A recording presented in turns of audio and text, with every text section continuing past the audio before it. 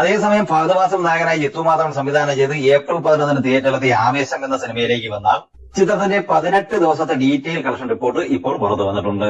ചിത്രം 18 ദിവസം കൊണ്ട് കേരള ഗ്രോസ് കളക്ഷനായി നേടിയത് 59,75,00,000 രൂപയാണ്. 19ാം ദിവസമായ ഇന്നലെ തിങ്കളാഴ്ചയും ഈ ചിത്രം കേരള ബോക്സ് ഓഫീസ് കളക്ഷനായി 1,65,00,000 രൂപ കളക്ട് ചെയ്തിട്ടുണ്ട്. ചിത്രത്തിന്റെ 18 ദിവസത്തെ ഓവർസീസ് കളക്ഷൻ 49,20,00,000 രൂപയും 18 ദിവസത്തെ world wide box office collection 127,50,00,000 രൂപയുമാണ്.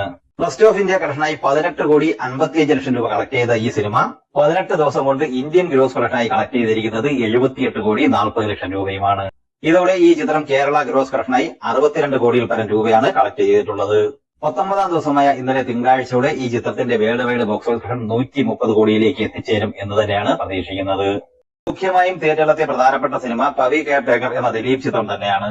ബാന്ദ്ര, തങ്കമണി എന്നിങ്ങനെ 2 ദുരന്ത സിനിമകൾ തുടർച്ചയായി സമ്മാനിച്ച ദിലീപിന്റെ ഏറ്റവും പുതിയ ചിത്രമായ പവി കെയർ ടേക്കർ വിജയം വരിക്കുമോ എന്നറിയാൻ നമുക്ക് കാത്തിരിക്കാം. നടൻ വിനീത് കുമാർ സംവിധാനം ചെയ്ത ഈ സിനിമ മികച്ച ഒരു ഫീൽ ഗുഡ് എന്റർടൈൻമെന്റ് സിനിമ എന്ന നിലയിൽ പോസിറ്റീവ് അഭിപ്രായം തന്നെയാണ് നേടിയെടുത്തിട്ടുള്ളത്. എന്നാൽ അതനുസരിച്ചുള്ള ഒരു കളക്ഷൻ റിപ്പോർട്ടല്ല വന്നുകൊണ്ടിരിക്കുന്നത്. ഇലക്ഷൻ ദിവസം കൂടിയായ ഏപ്രിൽ 26 വെള്ളിയാഴ്ചയാണ് ഈ ചിത്രം റിലീസ് ചെയ്തത്. 4 മണിക്ക് ശേഷമാണ് ഈ ചിത്രത്തിന്റെ പ്രദർശനം ആരംഭിച്ചത്. എന്നാൽ 2ാം ദിവസമായ ശനിയാഴ്ച മികച്ച അഭിപ്രായം നേടിയെടുത്ത സിനിമ എന്ന നിലയിലുള്ള ഒരു കളക്ഷൻ റിപ്പോർട്ടല്ല ലഭിച്ചത്. എങ്കിലും 1 കോടിക്ക് മുകളിൽ കളക്ഷൻ അന്നും ചിത്രത്തിൽ ലഭിച്ചിട്ടുണ്ട്. എന്നാൽ അത് വെച്ച് നോക്കുമ്പോൾ അന്ന് 1 കോടിക്ക് മുകളിൽ കളക്ഷൻ ഈ ചിത്രത്തിന് നേടിയെടുക്കാനായിട്ടുണ്ട്. 1ാം ദിവസമായ ഞായറാഴ്ച ചിത്രം 1,25,00,000 രൂപയാണ് കേരള ബോക്സ് ഓഫീസ് കളക്ഷനായി നേടിയെടുത്തത്. പവി കെയർ ടേക്കർ എന്ന ഈ ദിലീപ് ചിത്രത്തിന്റെ 3 ദിവസത്തെ കേരള ഗ്രോസ് കളക്ഷൻ ഏകദേശം 3,40,00,000 രൂപയുമാണ്.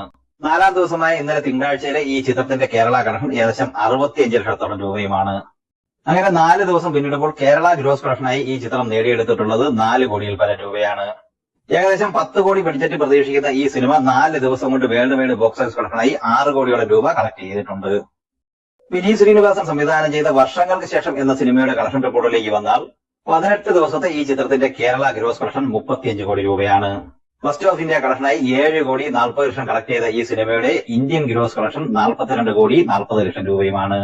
GCC ഓവർസീസ് കളക്ഷനായി ഈ ചിത്രം 18 ദിവസം കൊണ്ട് നേടിയെടുത്തത് 35,25,00,000 രൂപയാണ്. അങ്ങനെ 18 ദിവസം കൊണ്ട് 77,65,00,000 രൂപയാണ് ഈ ചിത്രം വേൾഡ് വൈഡ് ബോക്സ് ഓഫീസ് കളക്ഷനായി നേടിയെടുത്തിട്ടുള്ളത്.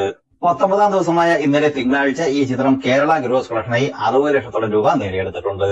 19 ദിവസം കൊണ്ട് ഈ ചിത്രത്തിന്റെ world wide box office collection പ്രതീക്ഷിക്കുന്നത് 78,50,00,000 രൂപയാണ്.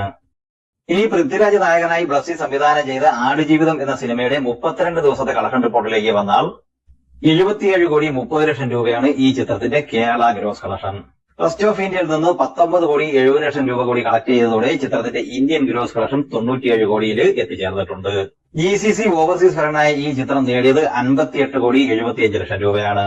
32 ദിവസത്തെ ഈ ചിത്രത്തിന്റെ world wide box office collection 155,75,00,000 രൂപയാണ്.